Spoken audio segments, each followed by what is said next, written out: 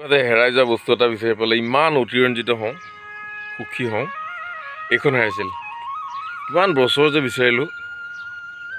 Prophet, মৃত্যুতকৈও শ্ৰেষ্ঠ যি, খলিল জিব্ৰানৰ এক অশৰীৰিচা প্ৰফেট। এইখন পঢ়িছেনে? পঢ়ি এবাৰ মই কি কৰিলোঁ, এইখন ক'ৰবাত থৈ দিলোঁ।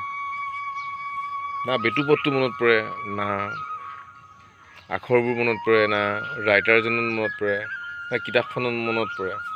এই মনৰ পৰা অদৃশ্য হৈ গ'ল এই কিতাপখন, খলিল জিব্ৰান। এই অশৰীৰ ছাঁ দেখিছে আপুনি? এই অশৰীৰ ছাঁ এক অভিন্ন পুৰুষ মহিলাৰ এক অভিন্ন সম্বন্ধ, আৰু ইয়াৰ নেপথ্যৰ অন্তৰালত কঁপি থকা যিবোৰ বিষাদ, খলিল জিব্ৰান। এই কিতাপখনত সন্নিৱিষ্ট কৰা যিবোৰ চিত্ৰ, সেইবোৰ জিব্ৰানে নিজে অঁকা মূল চিত্ৰাংকনৰ এক প্ৰতিৰূপ। আচলতে পৃথিৱীৰ প্ৰায়বোৰ মানুহেই জিব্ৰানৰ দ্য প্ৰফেট নামৰ কিতাপখনক মানুহৰ হৃদয় আৰু মনৰ গভীৰতম আৱেগ অনুভূতিৰ মন্তব্য বুলি প্ৰকাশ কৰিছে। পৃথিৱীৰ প্ৰায়বোৰ মানুহে এইখন কিতাপ পঢ়িছে, প্ৰফেট।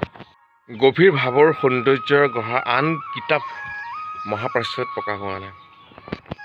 আচলতে জিব্ৰানৰ ৰচনাৰ এই শক্তি এক আধ্যাত্মিক জীৱনৰ পৰম উৎসৰ পৰা উদ্ভৱ হোৱা যেন লাগে।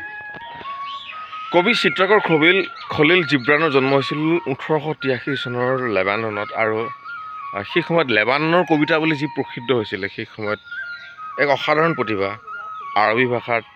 আৰবী ভাষাৰ লোকসকলৰ মাজত খলিল জিব্ৰান এক অসাধাৰণভাৱে বিকশিত হৈছিল তেওঁৰ প্ৰতিভা পাণ্ডিত্য।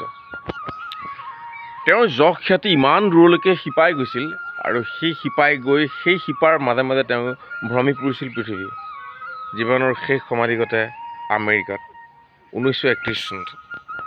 এই যে প্ৰফেট, এই প্ৰফেটৰ প্ৰতিটো পেৰেগ্ৰাফ ইমান বেছি দীঘল নহয়, কিন্তু তাৰে এটা পেৰেগ্ৰাফ যদি মই আপোনালোকক শুনাওঁ, আপুনি সেই পৃথিৱীখনলৈ উভতি যাবলৈ প্ৰয়াস কৰিব, যিখন পৃথিৱীত এই কিতাপৰ আখৰবোৰ বিদ্যমান। অকণমান পঢ়োঁ দেই। এই নগৰৰে চাৰিবেৰৰ ভিতৰত মই, বেদনাৰে ভৰা মোৰ দীঘলীয়া দিনবোৰ আৰু অকলশৰীয়া দীঘল নিশাবোৰ অতিবাহিত কৰোঁ। কোনেনো বাৰু অনুশোচনা নোহোৱাকৈ তেওঁৰ দুখ আৰু অকলশৰীয়া অৱস্থাৰ পৰা অব্যাহতি পাব পাৰে? আৰু এই পথবোৰত মই আত্মাৰ বহু সুগন্ধি ছটিয়ালোঁ। মোৰ বহু মানস সন্তানে এই পাহাৰবোৰত নাঙঠ হৈ ঘূৰি ফুৰে। ইটো কেৱল এটা পোচাক নহয়, যিটো মই আজি সুলুকাম। ই হ'ল মই নিজ হাতেৰে মোৰ নিজৰ গাৰ ছাল ছিঙি পেলোৱাৰ দৰে। জিব্ৰানে প্ৰতিটো ভাৱভংগীৰ মাজে মাজে এই কিতাপখনত চিত্ৰপট প্ৰকাশ কৰিছে, যেনে এই ধৰণে চিত্ৰপটবোৰ ৰেখিত হৈছে। ই এক গন্ধৰ্বৰ ছাঁ, অনুভৱ কৰক গন্ধৰ্বৰ ছাঁ, আখৰ অনুভৱ আৰু মহাত্মৰ।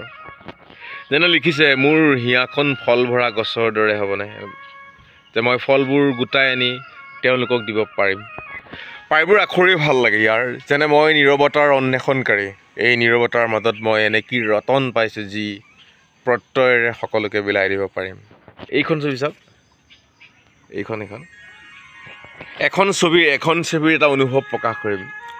বুকুত কেঁচুৱা লৈ থকা মাতৃ এগৰাকীয়ে ক'লে, আমাক সন্তানৰ বিষয়ে কওক। তেওঁ ক'লে, তোমালোকৰ সন্তানবিলাক তোমালোকৰ নহয়, সিহঁত মহাজীৱনৰ আপোন ইপ্সাৰ পুত্ৰক ঋণা।